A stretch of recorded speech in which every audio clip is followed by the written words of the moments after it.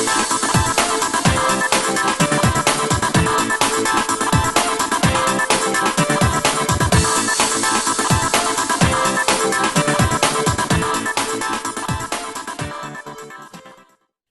की क्लास में देखिए प्रश्नावली 6.6 चल रहा है, तो इसमें लगभग 5 क्वेश्चन तक पिछली वीडियो में हम लोग हल कर चुके हैं।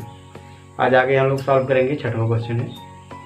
देखिए इसमें जो अभी ज्योमेट्री का क्वेश्चन है, ये क्वेश्चन विद्यार्थियों में हमको देखने को मिलता है कि कठिन होता है या सिद्ध कैसे किया जाता है। तो इस प्रकार के क्वेश्चंस को हल करने के लिए आप ज़्यादा से ज़्यादा एक्सरसाइज किया करिए।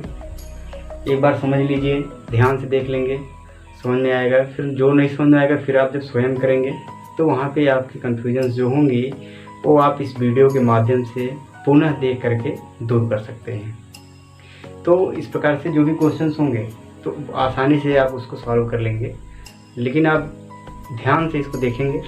और इसका जितना भी क्वेश्चन था लगभग इस चैप्टर में 6वें में, तो सारे क्वेश्चंस जो है एक बार नहीं 2 बार 3 बार करेंगे तो आपको कंफर्म आ जाएगा। ठीक, चलिए फिर शुरू करते हैं हम लोग। 6वां क्वेश्चन है कि सिद्ध कीजिए कि एक समांतर चतुर्भुज के विकर्णों का योग उसकी भुजाओं के वर्गों के योग के बराबर होता है। तो समांतर चतुर्भुज देखिए हम लोग बनाए, ये हमारा समांतर चतुर्भुज होता है। समांतर चतुर्भुज क्या होता है? ऐसा चतुर्भुज जिसकी सम्मुख भुजाएं बराबर और समांतर होती हैं और सम्मुख कोण बराबर होते हैं। ये कोण इसके बराबर, ये कोण इसके बराबर, और सामने सामने भुजाएं एक दूसरे के बराबर होते हैं। सिद्ध करना इनके विकर्ण, तो विकर्ण मिलाए हम, ये हो गया और ये विकर्णों के वर्गों का योग भुजाओं के वर्गों के योग के बराबर। तो इसमें रखेंगे हम जो दिया गया है। दिया क्या है? दिया गया है कि चतुर्भुज ABCD कैसा है? समांतर है। राइट। सिद्ध क्या करना है? सिद्ध करना है विकर्णों का योग। विकर्ण इसमें कौन कौन सा है? AC का स्क्वायर प्लस BD का स्क्वायर, ये किसके बराबर होगा? भुजाओं के वर्गों के योग, मतलब AB का स्क्वायर प्लस BC का स्क्वायर प्लस CD का स्क्वायर प्लस AD का स्क्वायर। राइट। देखिए अगर इसमें सिद्ध करना रहेगा तो समकोण त्रिभुज आपको मिलना जरूरी है, क्योंकि स्क्वायर के रूप में दिख रहा है तो पाइथागोरस प्रमेय का प्रयोग करके ही लगाना होगा। तो पाइथागोरस प्रमेय लगने के लिए समकोण त्रिभुज चाहिए। तो समकोण इसमें कोई दिख रहा है? समकोण तो नहीं दिख रहा है। तो एक रचना कर लेते हैं हम लोग। ठीक है, रचना हम इधर कर लें। देखिए इसको आप इस बिंदु से यहाँ पे लंब डालेंगे, इसको आगे बढ़ा लें और यहाँ से जब लंब डालेंगे तो ये हमारा लंब हो जाएगा। इसका नाम रख ले रहे हैं P। क्लियर। और इस भुजा पर लंब यहाँ से डाल दे रहे हैं तो ये आपका इस तरह बन जाएगा। इसका नाम रख लीजिए Q। राइट। तो रचना में हमने क्या क्या किए? रचना में क्या लिखेंगे? CP लंब AB और BQ लंब CD खींचा। राइट ना। तो ये हमने लंब खींचा इसको बढ़ा करके और इस पे CD पर लंब खींच दिया। चलिए हल करते हैं। जो कि आप देख रहे हैं ये सब मैं लिख रहा हूँ बराबर, बुक में शायद ऐसे नहीं लिखा है, लेकिन आप लिखेंगे। यहाँ से लिखने से क्या होगा कि जो आपका काफ़ी चेक करने वाला होगा उसको इतना देख कर समझ में आ जाएगा क्या दिया गया है, क्या सिद्ध करना है। नहीं तो सीधे सीधे आप लगाएंगे तो कंफ्यूज रहेंगे, क्या है फिगर, क्या करना है क्या नहीं करना है। ठीक, तो आप इसको लिख देंगे तो आसानी से आप भाषा को समझ सकते हैं। चलिए हल करते हैं। तो एक त्रिभुज हम ले रहे हैं, कौन सा त्रिभुज? आप ये देखिए, ये BDQ, कौन सा? BDQ त्रिभुज BQD में ये समकोण है, तो आप पाइथागोरस में रख सकते हैं। तो हम रखेंगे पाइथागोरस प्रमेय से। पाइथागोरस प्रमेय क्या कहता है कि कर्ण का वर्ग अन्य दो भुजाओं के वर्गों के योग के बराबर होता है। इस त्रिभुज में कर्ण क्या है? BD। तो BD का स्क्वायर बराबर क्या मिलेगा? BQ का स्क्वायर प्लस DQ का स्क्वायर। यहाँ पे लिखेंगे बी क्यू का स्क्वायर प्लस डी क्यू का स्क्वायर, राइट। यहाँ पे देखिए जो डी क्यू दिख रहा है, डी क्यू को हम क्या लिख सकते हैं, डी क्यू को लिख सकते हैं C D minus C Q. D Q हमारा यहाँ से यहाँ तक है, तो इसको क्या लिखेंगे, पूरा D C minus C Q. पूरे डी सी में से इतना घटाएंगे तो डी क्यू हमारा बचेगा। तो डी क्यू के स्थान हम क्या रख दें,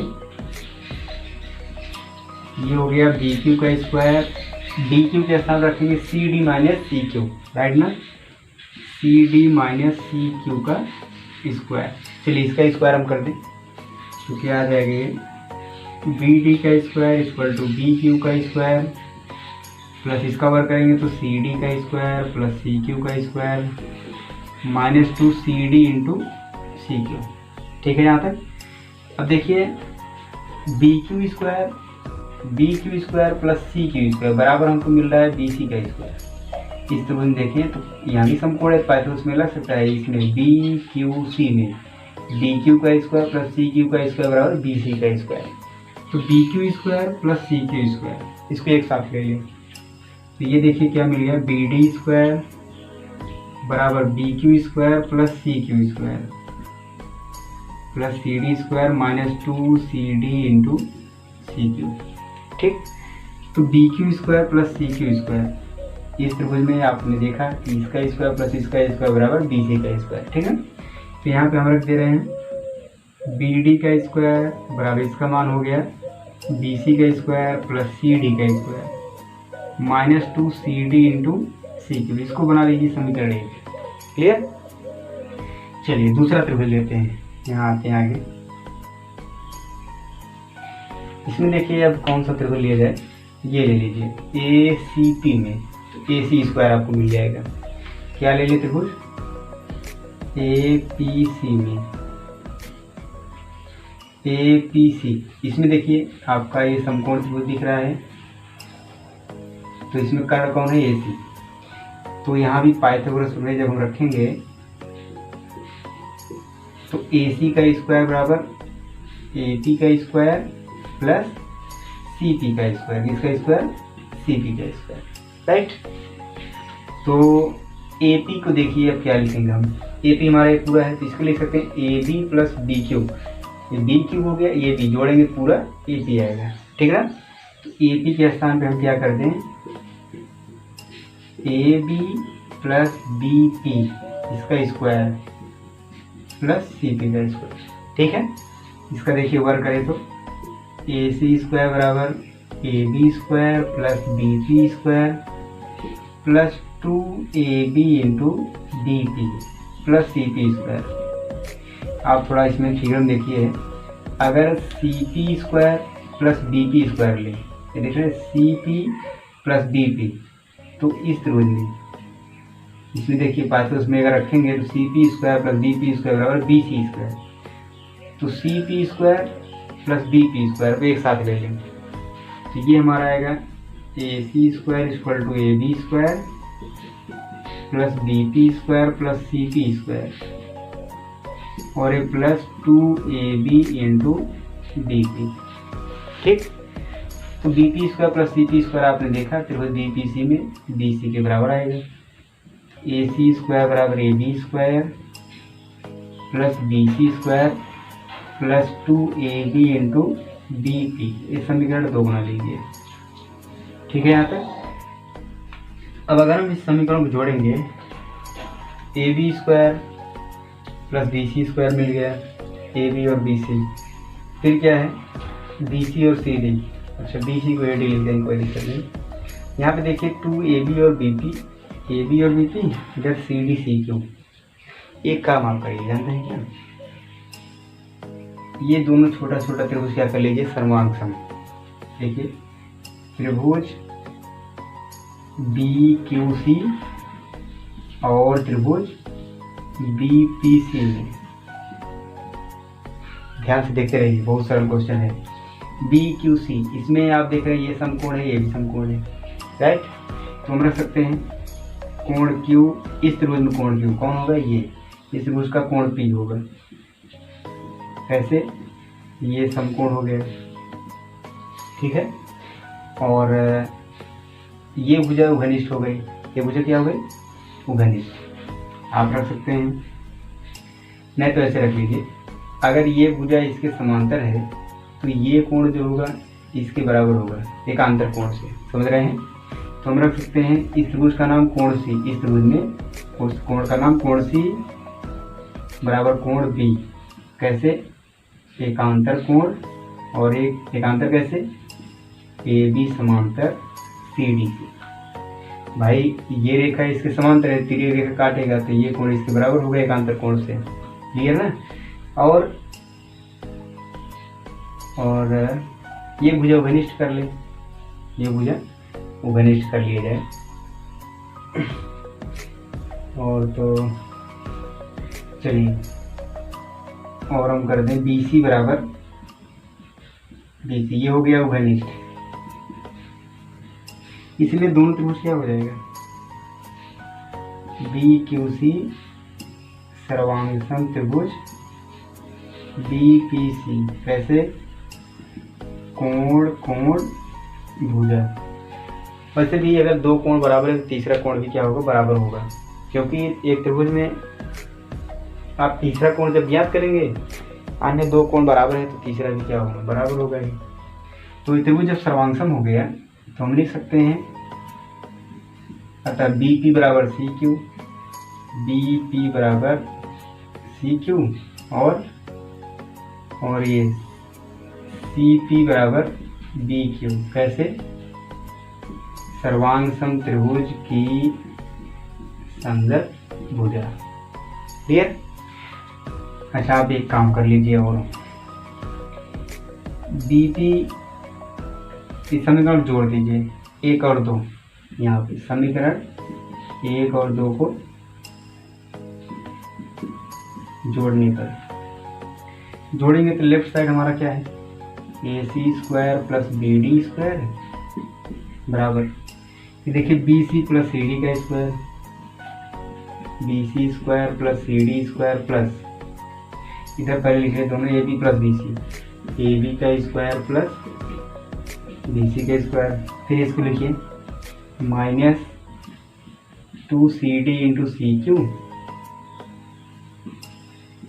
प्लस ये है 2AB इंटू BP, क्लियर। चलिए इसको हम देखते हैं, AC² प्लस BD² बराबर, इसको क्रम में लिख लें, AB प्लस BC, AB पहले लिख लीजिए, AB का स्क्वायर प्लस BC का स्क्वायर प्लस CD का स्क्वायर, AB BC CD हो, ABC और बच रहा है। आप यहाँ पे देखिए ये BC AD के बराबर होगा, समांतर चतुर्भुज है तो समूह भुजा बराबर होगा ही, तो इस BC के स्थान पर क्या रख दें, AD का स्क्वायर, ठीक है। यहाँ तक इसमें देखिए -2CD, CD को आप क्या लिख सकते हैं, आपकी ये भुजा CD किसके बराबर है, AB बराबर है, क्योंकि समांतर चतुर्भुज समूह भुजा बराबर, तो इस CD के स्थान क्या रख दें, AB इंटू CQ। देखिए CQ किसके बराबर है, BP के, CQ किसके बराबर है, ये CQ किसके बराबर है, BP के, तो इस CQ के स्थान क्या रख देंगे, BP, देख रहे हैं, CQ बराबर BP प्लस ये आपका 2AB इंटू BP, ये देखिए प्लस माइनस कैंसिल, तो बचा हमारा क्या, AC² प्लस BD² बराबर AB² plus BC² plus CD² plus AD², ठीक है। यही हमारा हो जाएगा आंसर। थोड़ा इसको ध्यान से करके रखेंगे, पाइथागोरस में रखना है, रचना जो कर दिया गया है वहाँ से आपका पाइथागोरस में प्रयोग करके हल करेंगे, ठीक। अगला देखिए 7 नंबर क्वेश्चन है, एक इसमें वृत्त दिया गया है, वृत्त की दो जीवाएं AB और CD इस प्रकार हैं कि बिंदु P पर प्रतिच्छेद कर रहे हैं, बिंदु P पर प्रतिच्छेद कर रही हैं, तो सिद्ध करना है कि ABC ये त्रिभुज और ये त्रिभुज समरूप है और ये बराबर आपका संगत भुजा। तो इसमें रखें क्या दिया गया है कि AB और CD क्या है, GY हैं, ठीक। और सिद्ध क्या करना है, सिद्ध करना है पहला क्वेश्चन की त्रिभुज APC समरूप त्रिभुज DPB, और दूसरा सिद्ध करना है AP इंटू PB बराबर CP इंटू DP। राइट, चलिए हल करते हैं। प्रमाण में आप देखिए, ध्यान से देखेंगे कि ये त्रिभुज और ये त्रिभुज, एक तो ये कोण इसके बराबर दिख रहा है, शीर्षाभिमुख कोण। इसका हमने कई बार प्रयोग किया है कि जब दो भुजा एक दूसरे को प्रतिच्छेद करेंगे तो उनके सम्मुख जो कोण होते हैं उसको शीर्षाभिमुख कोण बोलते हैं, और दोनों एक दूसरे क्या होते हैं, बराबर होते हैं। ठीक, और चलिए फिर लिख लेते हैं, लिखते चलते हैं फिर बताते हैं। त्रिभुज APC और त्रिभुज DPB में इसका नाम रख लें क्या, कोण APC बराबर कोण BPD। कैसे, शीर्षाभिमुख कोण। राइट, हम लोग एक प्रमेय पढ़े हैं 9th में कि कोई वृत्त है, उस वृत्त के एक ही वृत्तखंड के कोण क्या होते हैं, बराबर। अर्थात एक ही चाप द्वारा वृत्त के परिधि पर बने कोण क्या होते हैं, बराबर। मतलब हम ये कह सकते हैं कि इस CB, इस चाप द्वारा एक कोण देखिए यहाँ बना है, और इसी चाप के द्वारा एक कोण यहाँ बना है, तो ये दोनों कोण क्या होंगे, एक दूसरे के बराबर होंगे। बिंदु B और C से, एक ही बिंदु से आपका ये भी कोण बना है और ये भी कोण बना है, तो ये दोनों क्या होंगे, बराबर होंगे। तो हम रख सकते हैं कोण A बराबर कोण D। कैसे, एक ही वृत्तखंड के कोण। राइट, अब यही बात तीसरे कोण में देखिए, AD जो बिंदु है, यहाँ से इस चाप द्वारा एक कोण यहाँ बना है और इस चाप द्वारा एक कोण यहाँ बना है। हमारी बात समझ में, ये जो AD दिख रहा है, यहाँ से एक कोण ये बना है और इसी बिंदु से यहाँ पे कोण बना है, तो ये भी क्या होंगे, बराबर होंगे। ठीक है, तो इसको हम लिख सकते हैं कोण A बराबर कोण C बराबर कोण B। कैसे, ये भी एक ही वृत्तखंड के कोण है। ठीक, जब तीनों कोण बराबर हो गए तो त्रिभुज को हम क्या लिख सकते हैं, त्रिभुज APC समरूप त्रिभुज DPB। कैसे, कोण कोण कोण से। राइट, तो जब त्रिभुज आपका समरूप हो जाएगा तो उसके संगत भुजा का अनुपात हम बराबर लिख सकते हैं। अतः हम कर सकते हैं, कौन कौन भुजा चाहिए, AP और BP। AP बटे AP का संगत कौन होगा, AP का संगत देखिए, इस कोण के सामने भुजा तो ये कोण इसके बराबर, तो इसके सामने भुजा PD। संगत भुजा तो इसे पहचान, जो कोण बराबर है उसके सामने भुजा। AP का संगत कौन हो गया, DP बराबर, अब लेना है CP, तो CP लीजिए। CP का संगत कौन होगा, इसके बराबर है CP, इसके सामने CP है, तो ये कोण इसके बराबर है, इसके सामने BP है, तो CP का संगत कौन हो गया, BP। तो यहाँ रख देंगे BP। यहाँ रखें क्या, समरूप त्रिभुज की संगत भुजा, तो उनका अनुपात तो बराबर होगा, ये तो प्रमेय हम लोग पढ़े हैं। अब इसको हम पक्षांतर करेंगे तो आएगा AP इंटू BP बराबर CP इंटू DP। बस इतना ही हमको सिद्ध करना है। ठीक ना, अगला देखिए 8वां नंबर क्वेश्चन है, वही क्वेश्चन इसमें भी दिया है जो अभी 7वां नंबर था। इसमें दिया है कि वृत्त की दो जीवाएं AB और CD को आगे बढ़ाने पर कहाँ मिल रही है, बिंदु P पर मिल रहा है, तो उनको सिद्ध करना है। त्रिभुज PAC और PDB, आपका D ठीक, PAC और PDB मतलब ये छोटा वाला त्रिभुज और ये बड़ा वाला त्रिभुज, दोनों एक दूसरे के समरूप है और ये संगत भुजा ऐसे करना है। तो अनुपात आपका इस रूप में दिख रहा है, गुणा के रूप में, तो आप जान जाइए कि समरूप करके अनुपात बराबर करना है। चलिए समरूप करते हैं। सबसे पहले लिखेंगे क्या दिया गया है, क्या दिया गया है कि AB और CD क्या हैं, जीवाएं हैं। कुछ थोड़ा सा जो भी दिया हो उसको लिख लीजिए, ऐसा कुछ नहीं कि क्या लिखा जाए, जो प्रश्न में दिया रहता है वही उतारते हैं। और सिद्ध क्या करना है, पहला है त्रिभुज PAC समरूप त्रिभुज PDB, और दूसरा है PA इंटू PB बराबर PC इंटू PD। ठीक ना, चलिए हल करते हैं। प्रमाण में आप देखिए, आप चक्रीय चतुर्भुज का नाम सुने होंगे। कौन सा चतुर्भुज? चक्रीय चतुर्भुज। चक्रीय चतुर्भुज क्या होता है कि ऐसा चतुर्भुज जिसके चारों शीर्ष वृत्त के परिधि पर स्थित होते हैं, उनको हम क्या बोलते हैं? चक्रीय चतुर्भुज। और चक्रीय चतुर्भुज के गुण क्या होते हैं?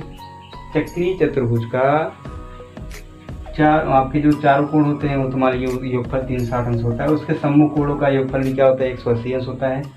और उसमें बहिष्कोण बनता है। अगर एक भुजा बढ़ा दी जाए तो बहिष्कोण बन जाता है। तो ये चक्रीय चतुर्भुज है क्योंकि इसके चारों शीर्ष कहाँ हैं? वृत्त के परिधि पर। तो इसका जो बहिष्कोण होगा वो सुदूर अंतः कोण के बराबर होता है, मतलब अपने बगल वाले कोण के सम्मुख कोण। इसके ये वाला कोण क्या होगा? अपने बगल कोण के सामने इस कोण के बराबर होगा। और ये कोण किसके बराबर होगा? इसके बराबर होगा। आएगा समझ में? ये चक्रीय चतुर्भुज का गुणधर्म है। तो इसी का प्रयोग करके हम त्रिभुज को समरूप कर लेते हैं। देखिए, ले लेते हैं त्रिभुज PAC और त्रिभुज PDB में। ध्यान से देखिए, इसका नाम क्या है? कोण C किसके बराबर? कोण B के। कोण PCA बराबर कोण PBD। कैसे? चूंकि चक्रीय, ऐसे लीजिए, चक्रीय चतुर्भुज के बहिष्कोण प्रमेय से, चक्रीय चतुर्भुज का बहिष्कोण प्रमेय भी यही है कि बहिष्कोण जो होगा इस कोण के बराबर होता है। तो यहाँ भी ये कोण इसके बराबर होगा। तो इसी प्रकार से इसका भी नाम ले सकते हैं कि PAC बराबर कोण PDB। ये भी आपका यही है, ठीक। और एक तीसरा कोण आप जान ही रहे, उभयनिष्ठ दिख रहा है, मतलब कोण P बराबर कोण P। ये क्या है? उभयनिष्ठ है। तो हम लिख सकते हैं, इसलिए हमारा त्रिभुज PAC समरूप त्रिभुज PDB कैसे? कोण कोण कोण से, ठीक। अतः जब ये आपका त्रिभुज समरूप हो गया तो संगत भुजा का अनुपात हम बराबर लिख सकते हैं। चलिए, इस त्रिभुज, छोटे वाले त्रिभुज की PA भुजा ले लें। तो PA का संगत कौन होगा? इस कोण के सामने PA है तो ये कोण इसके बराबर है, तो इसके सामने भुजा कौन है? PD। ये बड़ी वाली भुजा, बड़े वाले त्रिभुज लेंगे। इस कोण के सामने बड़ी वाली भुजा ये है और इस कोण के सामने PA। तो PA का संगत कौन हो गया? PD। अगली भुजा लेनी है PC।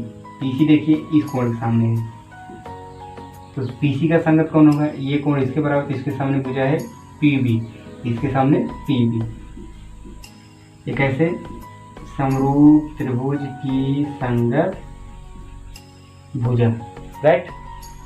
इसको हम पक्षांतर करेंगे तो आएगा PA into PB equal to PC into PD। ये देखिए, ये दोनों हमको सिद्ध करना था, ये किए और ये किए, ठीक ना।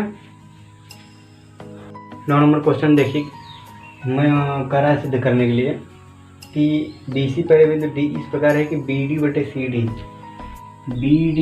CD बराबर AB बटे AC। और सिद्ध क्या करना है? ये दिया गया है, सिद्ध करना है कि AD जो है इसको समद्विभाजित करता है, अर्थात ये कोण इसके बराबर है। चलिए, क्या दिया गया उसको लिख ले। दिया है BD बटे CD बराबर AB बटे AC, ठीक। सिद्ध क्या करना है? सिद्ध करना है AD जो है कोण BAC का समद्विभाजक है।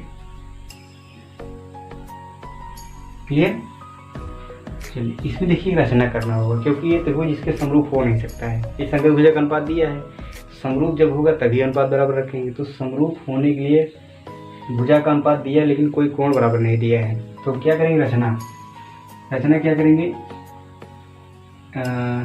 BA को बढ़ाइए AC के बराबर, मतलब इसको हम बढ़ा रहे हैं इसके बराबर कि AC के बराबर ये बढ़ा है P है, और इस P को हम मिला दिए C से, मतलब AP जो है AC के बराबर तक हमने बढ़ाया है। रचना में क्या लिखेंगे? AC बराबर AP खींचा और P को C से मिलाया, क्लियर।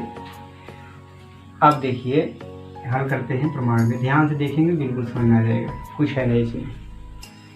एक तो हमको दिया गया है कि बी डी बटे डी सी बराबर ए बी बटे ए सी दिया गया है, और ए सी हमारा ए पी के बराबर है। तो ए सी के स्थान हम क्या लिख सकते हैं, ए पी, अर्थात बी डी बटे डी सी बराबर ए बी बटे ए पी।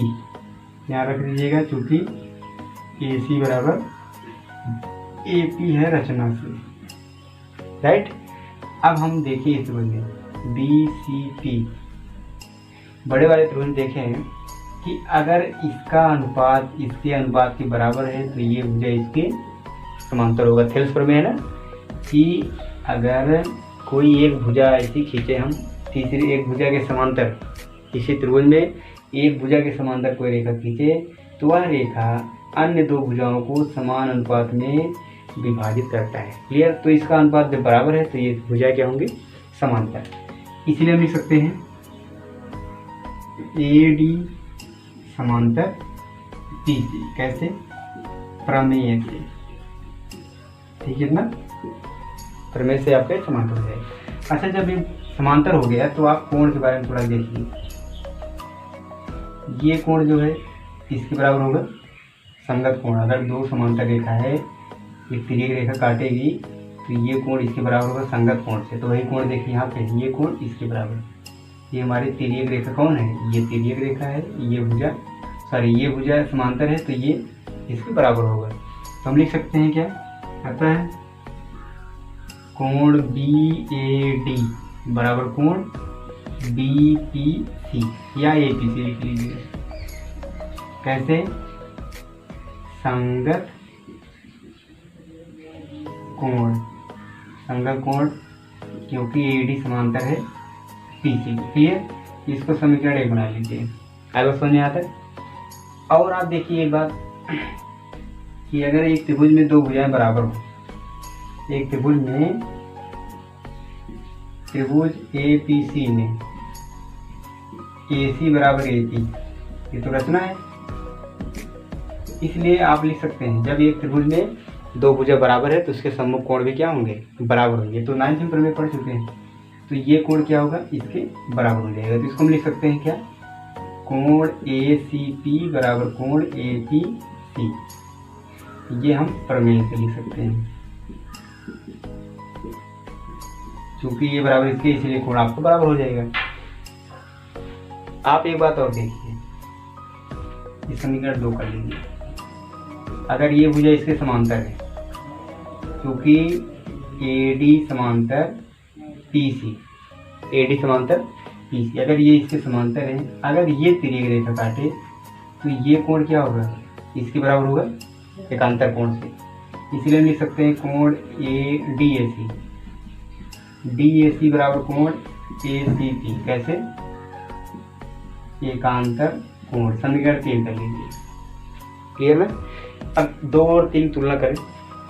समीकरण 2 3 की तुलना करने पर, तुलना करेंगे ए सी पी इसके बराबर है और ये सी पी इसके बराबर है। तो जब ये इसके बराबर है तो ये भी क्या हो जाएगा, बराबर हो जाएगा। अर्थात हम लिख सकते हैं कोण ए पी सी बराबर कोण डी ए सी। इसको समीकरण 4 करिए और इसकी तुलना इसके साथ कर लीजिए। तो ये हो जाएगा समीकरण 1 और 4 की तुलना करने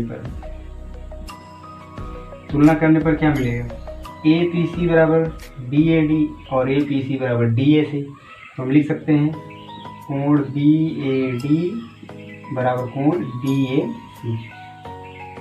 अब आप फिगर देखिए, यदि कोण बी ए डी और डी ए सी बराबर हो, ये कोण इसके बराबर, तो आप कह सकते हैं ए डी कोण बी ए सी को समद्विभाजित करता है। ठीक ना। इसको हम लिख सकते हैं अतः ए डी कोण बी ए सी को समद्विभाजित करता है। यही हमको सिद्ध करना था। ठीक है, आई बात समझ में ना।